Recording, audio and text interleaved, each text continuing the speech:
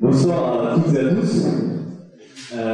Comme François l'a dit tout à l'heure, au nom de l'association Arboris Initiae, on vous remercie d'être venus si nombreux et nombreuses. Sans plus tarder, je vais vous présenter le palais de mémoire. Alors, le palais de mémoire, c'est pas un musée parisien qui parle de la mémoire. C'est une technique mnémonique ou mnémotechnique. Donc, comment j'en suis venu à vous présenter ça? Je suis étudiant, comme la plupart d'entre vous. Et je me suis toujours demandé comment est-ce que je pouvais apprendre mieux mes cours ou les choses de la vie courante, comment je pouvais maîtriser la mémoire et arriver à être plus performant. Et il s'avérait que j'ai trouvé la solution dans le palais de mémoire. Donc le palais de mémoire, c'est un outil qui peut être utilisé applicablement, notamment, comme je vais vous dire, pour les cours, pour tout ce qui est apprentissage de l'enseignement qu'on reçoit ici à l'université, mais aussi dans la vie professionnelle. Ça peut être utilisé pour préparer des conférences ou assister à des conférences, essayer d'en retirer le maximum d'enseignement et d'information. Donc je vais commencer par une petite présentation un peu de l'histoire. Bon, c'est que des rappels, je pense. Donc, alors on commence dans la Grèce antique avec Mnémosyne. Donc Mnémosyne, mémoire, mnémotechnique, mnémonique, c'est la même racine.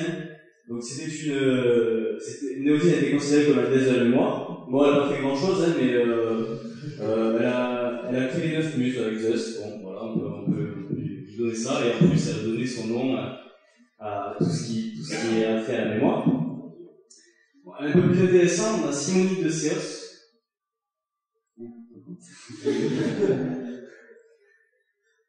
C'est bon, je ne fixe pas là, c'est joli. Voilà. Donc Simonides de Céos, poète grec du 6e siècle avant Jésus-Christ.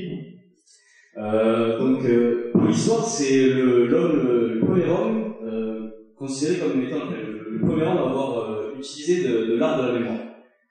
Donc ça se passe au 6e siècle avant Jésus-Christ. Il est chez lui, il a invité des convives, une quarantaine de convives à sa table, et il est sommé de quitter le repas pour aller voir 2 cavaliers qui arrivent chez lui. Et au moment où il quitte la table, sa salle à manger s'effondre sur les convives, et bon, évidemment ils sont tous morts, tous écrabouillés.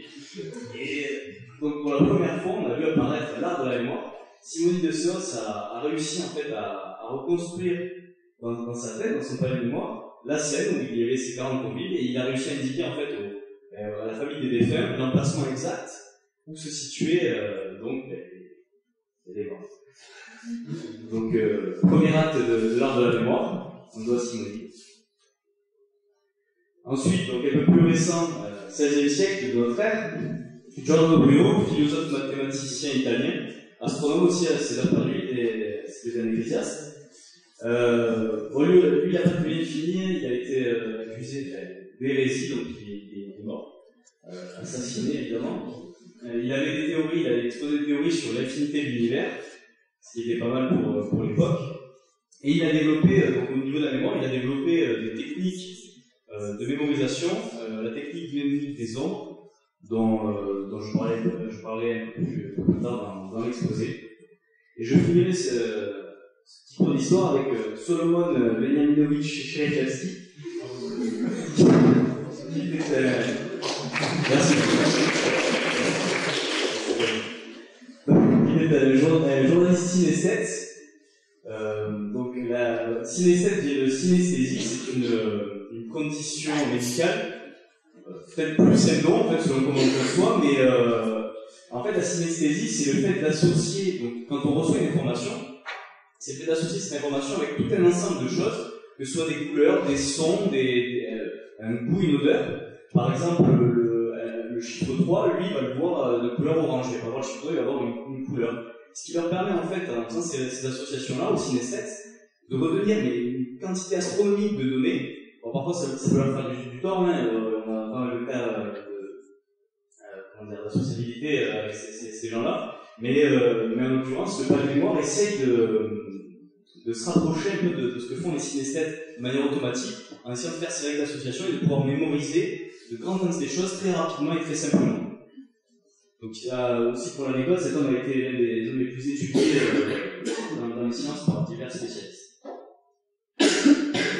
occupé ce point d'histoire, je vais essayer de faire comprendre comment fonctionne la mémoire, pour faire un petit parallèle entre la mémoire et les ordinateurs, que bon, vous connaissez tous, peut-être mieux que la mémoire, d'ailleurs le cerveau. Cela m'amène donc à l'idée de réseau d'association et de concept d'indices. Donc un ordinateur, je ne sais pas si vous savez, mais pour retrouver une information, l'ordinateur a besoin du stock ses données en mémoire. Donc il y a plusieurs types de mémoire. Et stock les données en mémoire, et pour les retrouver, il a besoin d'une adresse. Donc là, en l'occurrence, par exemple, là, on doit c2.1/document, etc. Et cette adresse, cet indice va lui permettre de retrouver la donnée que l'utilisateur recherchait. Et en fait, il en va de même pour le cerveau humain. Le cerveau est divisé en sous-parties, en modules, ce qu'on appelle des modules. Il y a chacun une caractéristique pour la mémoire à court terme, à long terme, etc. Et donc, pour retrouver une information, eh bien, je vais avoir besoin d'un indice qui va me permettre d'aller retrouver petit à petit cette donnée. Par exemple, je pense qu'il vous est déjà arrivé d'avoir un mot sur le bout de la langue et de ne pas arriver à vous en souvenir, c'est que vous êtes en manque d'indices. Alors, vous savez, pour la prochaine fois, il vous manque des indices. En tout cas, si ce n'est pas assez bien ordonné, pour vous permettre de retrouver l'information. Et qu'elle est complète. Donc, voilà, on va avoir une expérience pour mieux comprendre le fonctionnement du cerveau et de la mémoire. C'est l'expérience des taxis londoniens. Donc, Eleanor McGuire, qui dans les années 2000 a décidé d'essayer de comprendre comment fonctionnait le cerveau, et elle a sélectionné des conducteurs de taxi londoniens et analysé leur cerveau pour les comparer à des sujets tests, des gens normaux comme vous et moi. Et s'est rendu compte qu'au final, en fait, la taille de l'hippocampe des conducteurs de taxi était 7% plus grosse que celle des gens normaux. Donc cela signifie quoi? C'est que pour pouvoir se repérer, les conducteurs de taxi utilisent en fait leur mémoire spatiale, ils se repèrent dans l'espace pour arriver à retrouver leur chemin et amener les gens au bon endroit. Et donc, le cerveau étant un organe malléable qui peut donc grandir et se modifier, ils ont développé l'hippocampe, qui est cette petite partie du cerveau, donc qui est symétrique, on retrouve un hémisphère droit et gauche du cerveau, et qui donc l'hippocampe a été démontré, est utilisé pour le repérage dans l'espace. Donc on va y revenir après avec le palais de mémoire, parce que c'est la couleur du palais de mémoire, c'est toute la technique du palais de mémoire, ça se situe dans le repérage dans l'espace. Vous allez comprendre. Un autre petit point, cette dame a fait une autre expérience en suivant, et elle a essayé de regarder un peu, elle a testé donc les groupes de tests des gens normaux, et elle a fait aussi un test avec des artistes de la mémoire, des champions de la mémoire, qui font des champions du monde de la mémoire, qui mémorisent des jeux de cartes, etc. Des mecs assez balèzes. Et elle s'est rendue compte que bien qu'ils n'étaient pas foncièrement différents au niveau des tests qu'elle avait fait des autres, les zones qu'ils activaient lors de séances de mémorisation se trouvaient, l'hippocampe était une zone qui était excitée, qui s'avérait que lorsqu'ils apprenaient des nombres ou des phrases, ils utilisaient leur hippocampe, donc leur visualisation, qui était un petit peu, mais pas sous le sens. Maintenant, vous me direz, le palais de mémoire, mais pourquoi faire? Pourquoi faire? J'ai quelques exemples concrets, tout bête. Je pense qu'on est nombreux ici à avoir oublié 2-3 trucs en allant faire les courses. Et grâce à la technique, vous oublierez plus rien. Vous pouvez même rajouter des choses dans un panier plus gros. Donc, par exemple, une liste de choses à acheter ou de choses à faire. Au lieu de noter sur un support externe, le palais de mémoire permet dans un temps vraiment très court de retenir à l'état quasiment ce genre de liste. Pour les étudiants, les démonstrations mathématiques qui n'en finissent plus, les heures et les heures à passer à réaliser, à péter un plomb sur des cours de maths, de bio et autres, le palais de mémoire vous permet d'apprendre très facilement et très simplement ce genre d'idées de concept. Et enfin, comme je vous disais tout à l'heure, mémoriser le discours pour les professionnels, par exemple, qui ont besoin lors de diverses conférences, pour exprimer des points de vue lors de réunions, brainstorming, etc. Imprimer les principaux arguments évoqués lors de conférences d'Arbor SNCI, par exemple. J'aurais peut-être dû vous présenter la technique avant de vous parler de tout ça. Et puis finalement, peut-être se souvenir de blague dans les soirées, ça peut servir aussi. Donc on attaque le vif du sujet, enfin, le palais de mémoire, pour comment parler. Qu'est-ce que c'est? Comment on fait pour utiliser le palais de mémoire? Alors, comme je vous l'ai dit, il faut utiliser la visualisation spatiale. C'est le but de la technique, hein, puisque, aussi pour une petite anecdote, le cerveau humain, on l'a hérité de nos ancêtres. Bon, la théorie darwinienne de l'évolution, on la connaît plus ou moins tous. En fait, notre cerveau n'a pas tellement évolué depuis les centaines de milliers d'années passées. Et à l'époque, nos ancêtres, eux, étaient bons pour tout ce qui était cueillette et chasse. Donc ils avaient besoin de se souvenir des endroits où il y avait du gibier, ils avaient besoin de se repérer dans l'espace. C'est-à-dire que notre cerveau n'est pas du tout adapté, au final, notre mémoire n'est pas du tout adaptée à l'information qui est assez abstraite et qu'on peut voir au jour d'aujourd'hui. Elle est adaptée à tout ce qui va être mémorisé, des données visuelles, des données pour se repérer, voilà, spatialement. Donc de ce fait, voilà, pour commencer pour essayer de parler de mémoire, il faut se représenter un lieu. Alors, je vous invite au début, quand on commence, il vaut mieux se représenter un lieu qu'on connaît bien, c'est-à-dire chez soi. Donc voilà, le petit coin de rue, ici, on a chez soi. Quelques pièces, plus ou moins grandes, hein. Enfin, tout à chacun, hein. Évidemment. Et le but va être en fait de positionner l'idée, le concept, la liste de courses, la formule mathématique dans cet endroit et se la représenter de manière physique. Et pareil, plus elle sera drôle et étonnante, et plus la chose, votre cerveau va la retenir. C'est une faculté du cerveau, c'est magnifique. Et donc, voilà, donc le but c'est basé là-dessus, ça va positionner le long d'une pièce, d'un chemin, d'une route qu'on connaît bien, les données à mémoriser. Et ensuite, quand c'est venu le moment de retracer et de retrouver ces informations, vous n'avez plus qu'à vous balader chez vous, dans votre tête bien sûr, et vous retrouverez tous les éléments que vous avez mémorisés grâce au palais de mémoire. Alors, comme je vous disais, le palais de mémoire permet aussi bien de retenir des données concrètes qu'abstraites. Il suffit juste de connaître les techniques et d'avoir un petit peu d'imagination. Et l'efficacité tient à ce que plus les choses vous sont propres et tiennent à cœur, et mieux vous allez les retenir. De la manière, plus elles sont belles, étonnantes, grandioses, inimaginables, plus vous allez réussir à mémoriser, plus votre cerveau va le fixer en mémoire, et vous n'aurez donc aucun mal à retrouver cette information par derrière. On peut prendre quelques exemples. Par exemple, tout à l'heure, dans la liste, je ne sais pas si vous avez vu, mais il y avait un ballon de foot et des œufs.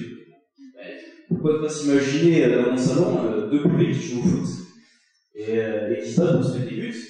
C'est un début pour arriver à mémoriser donc, dans la liste le ballon et les œufs. C'est vraiment très simple à se représenter, et en même temps ça nous permet déjà d'avoir retenu deux éléments. Après, il y avait un Rubik's Cube et des croquettes pour chat. J'ai juste à poser mon chat en train de faire le Rubik's Cube, assis sur le canapé ou sur une chaise. Je peux d'ailleurs aller discuter avec lui, interagir, demander s'il y arrive, ou s'il veut que je donne des techniques pour faire le Rubik's Cube. Et finalement, bon, et là, la bouteille de vin et le petit poulet, il y a des doigts de poulet aussi. Donc, voilà, je peux voir un poulet qui picole, tranquille, assis en train de regarder un match de foot. C'est pas le faire. Le but est vraiment de s'imaginer tout et n'importe quoi, quelque chose de totalement impossible, mais qui en même temps, plus c'est probable, plus ça va fonctionner, plus ça va se créer, et se fixer dans votre esprit. Alors, pour continuer, je vais vous présenter quelques outils, quelques astuces qui permettent de mieux utiliser par exemple, parce que là, vous avez l'idée de base, mais derrière, il y a quand même des techniques qui permettent d'approfondir un petit peu. Donc, il me restait quelques minutes, alors je vais le faire. Alors, vous devez apprendre à utiliser ses sens. En effet, par exemple, je vous parlais du poulet qui joue au foot. Rien ne vous empêche, quand vous représentez l'idée du poulet qui joue au foot, de sentir le poulailler, par exemple. Bon, ça peut paraître bizarre, mais de reste, ça fonctionne. Ou alors même de vous imaginer en train de caresser le poulet. Vous avez déjà senti l'effet des plumes sous vos doigts, les plumes qui glissent sous vos doigts, voilà. Sensation dont on peut se souvenir. Si je vous dis penser à quelque chose de sucré, vous pouvez vous imaginer qu'est-ce que ça, le poulet de bonbons dans votre bouche.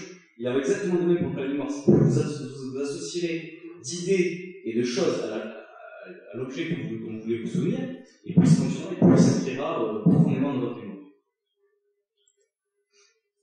Alors ensuite, ça peut vous intéresser pour tout ce qui est démonstration mathématique ou dates, en histoire notamment, etc. L'anniversaire d'ailleurs.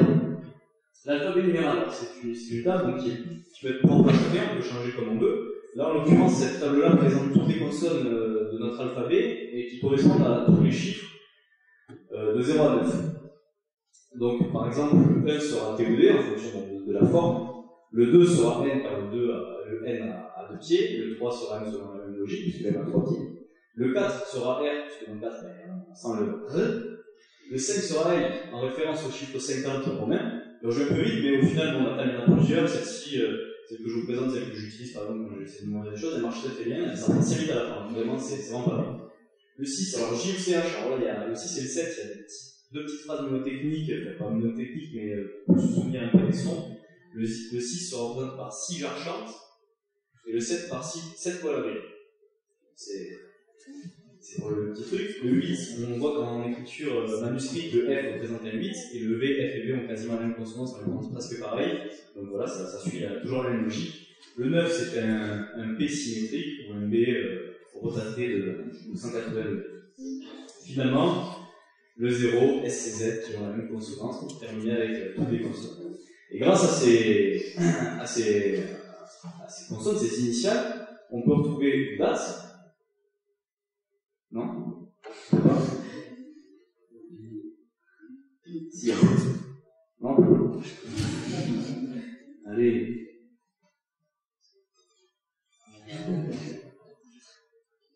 Bon.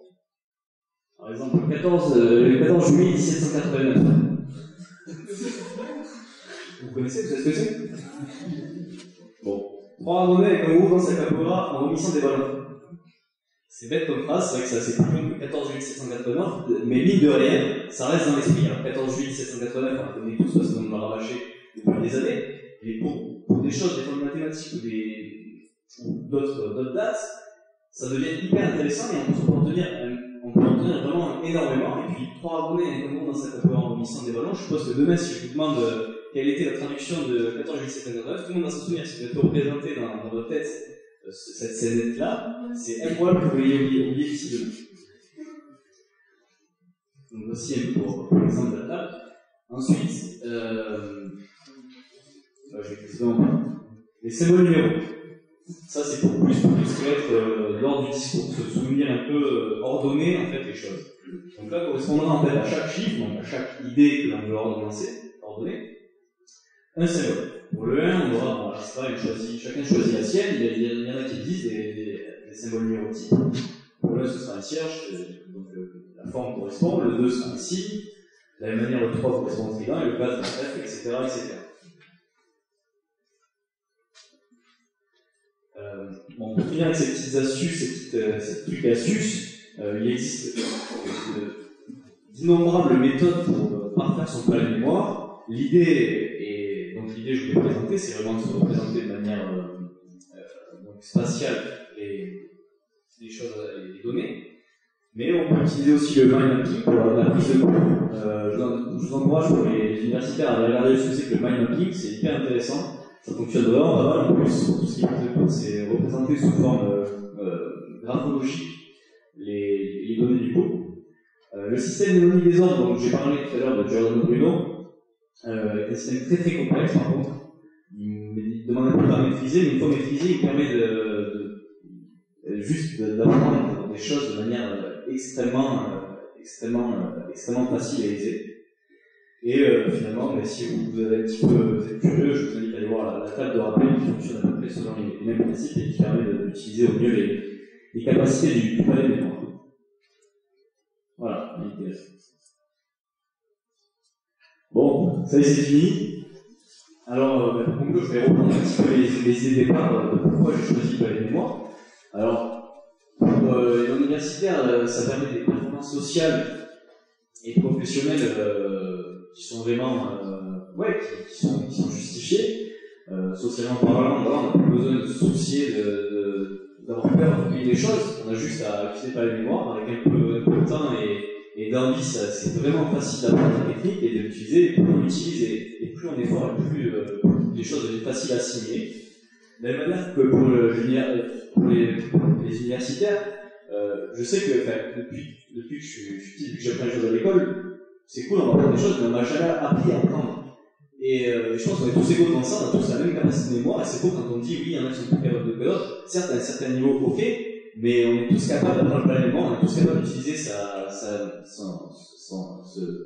voilà, cette capacité de mémoire spatiale. Et voilà, donc c'est peut-être dommageable qu'on ne l'apprenne pas. Il faut savoir que le palémo a été appris à l'école dans les siècles passés. Il a été interdit après pour X et Y raisons, mais qu'il était enseigné.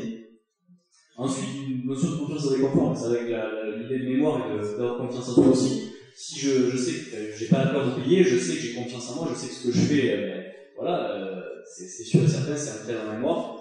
Bon, mais c'est un petit plus, toujours un peu plus. Et finalement, l'imagination favorise la créativité. Oui, plus j'aurai emmagasiné des choses dans ma tête, et plus je serai à même de pouvoir composer avec et d'être efficace. Donc voilà, on est dans les idées d'arbre essentiel, de connaissances partage. Je pense que c'est une bonne chose que de s'intéresser un petit peu à cette technique qui est le palémo. Voilà, je finis. Merci.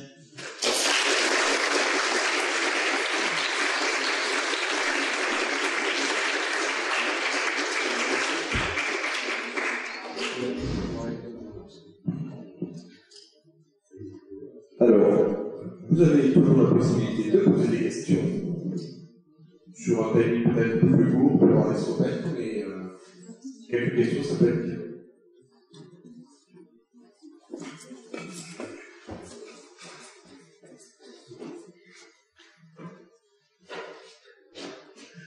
C'est juste parce que tu parles d'un bouquin, mais je n'aime pas les références. Est-ce que tu peux donner les références du livre?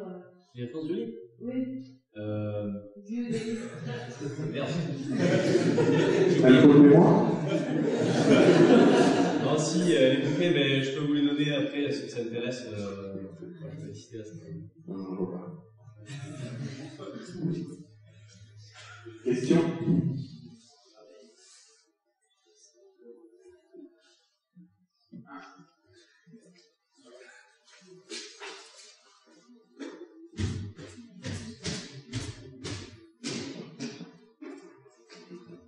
Alors, moi, je me souviens de ton enthousiasme il y a quelques mois, quand tu as commencé à t'attaquer la technique, que tu me disais, Mathias, tu verras, on va faire des choses en permanence, en 5 minutes, on va rentrer au cours, ça sera arrivé. Techniquement, quand tu es étudiant, quand tu as quand même déjà rentré dans l'apprentissage, est-ce que ça demande du temps, et est-ce que c'est jouable au cours d'une année d'apprendre et de maîtriser la technique? Ou est-ce qu'on fait ça sur un temps mort, et on va compléter, ça demande un peu de pratique? Ouais, mais la technique à apprendre ça du temps blanc est vraiment très simple. Je vais vous l'expliquer. Je pense que si vous avez écouté, avez compris, vous pouvez le faire en rentrant chez vous le soir. Essayez de vous poser 5 minutes, vous prenez, je sais pas, connerie, mais un nombre de 30 chiffres. Comme ça, si vous demandez à quelqu'un de retenir un nombre de 30 chiffres en 1 minute, c'est improbable. Mais si vous essayez cette technique ce soir avec par exemple la table que vous avez là, vous y arriverez, mais sans souci. Je pense que tout le monde est capable. Alors après, oui, ça demande un peu d'entraînement au niveau des automatismes, on va dire. Parce qu'il y a plein de techniques, il y a plein de choses qui facilitent l'apprentissage.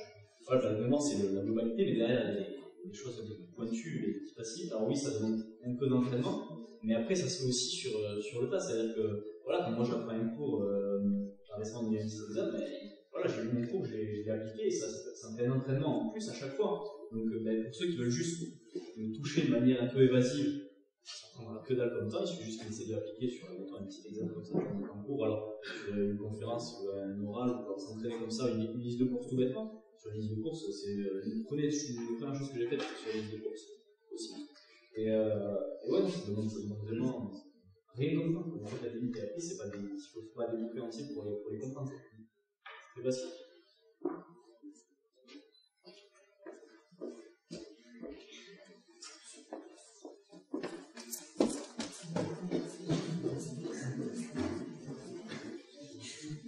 Je vais faire un sport. Donc, ce que tu disais, on utiliserait essentiellement l'hypothalamus en gros pour utiliser l'hippocampe. Comment? L'hippocampe. J'ai dit hypothalamus, mais c'est hippocampe. Ok, hippocampe, d'accord. Est-ce que c'est pas trop dangereux de servir que d'une partie de ton cerveau, entre guillemets? Et en fait, tu te sépares réellement d'une partie de ton cerveau parce que l'hippocampe est utilisé pour le repérage spatial et il est aussi utilisé pour transférer la mémoire à court terme dans la mémoire à long terme. Après, dans ta mémoire à long terme, ce que tu vas ancrer, par exemple, un souvenir, tu vas vouloir te créer un souvenir avec un palais de mémoire. Tu crées un palais de mémoire avec une scénette. tu fais interagir des objets que tu vas positionner pour te les rappeler après et te rappeler, je sais pas, d'une liste de courses. On prend l'exemple de la liste de courses. Sauf que ces données-là seront plus dans ton stockage parce qu'elles sont passées dans ta mémoire à long terme ou dans différents types de mémoire qui existent dans ton cerveau. Donc, tu vas pas utiliser que ça. Mais après, au niveau de la performance, en tout cas, la visualisation spatiale des choses est la plus performante que l'humain possède, en fait. Voilà.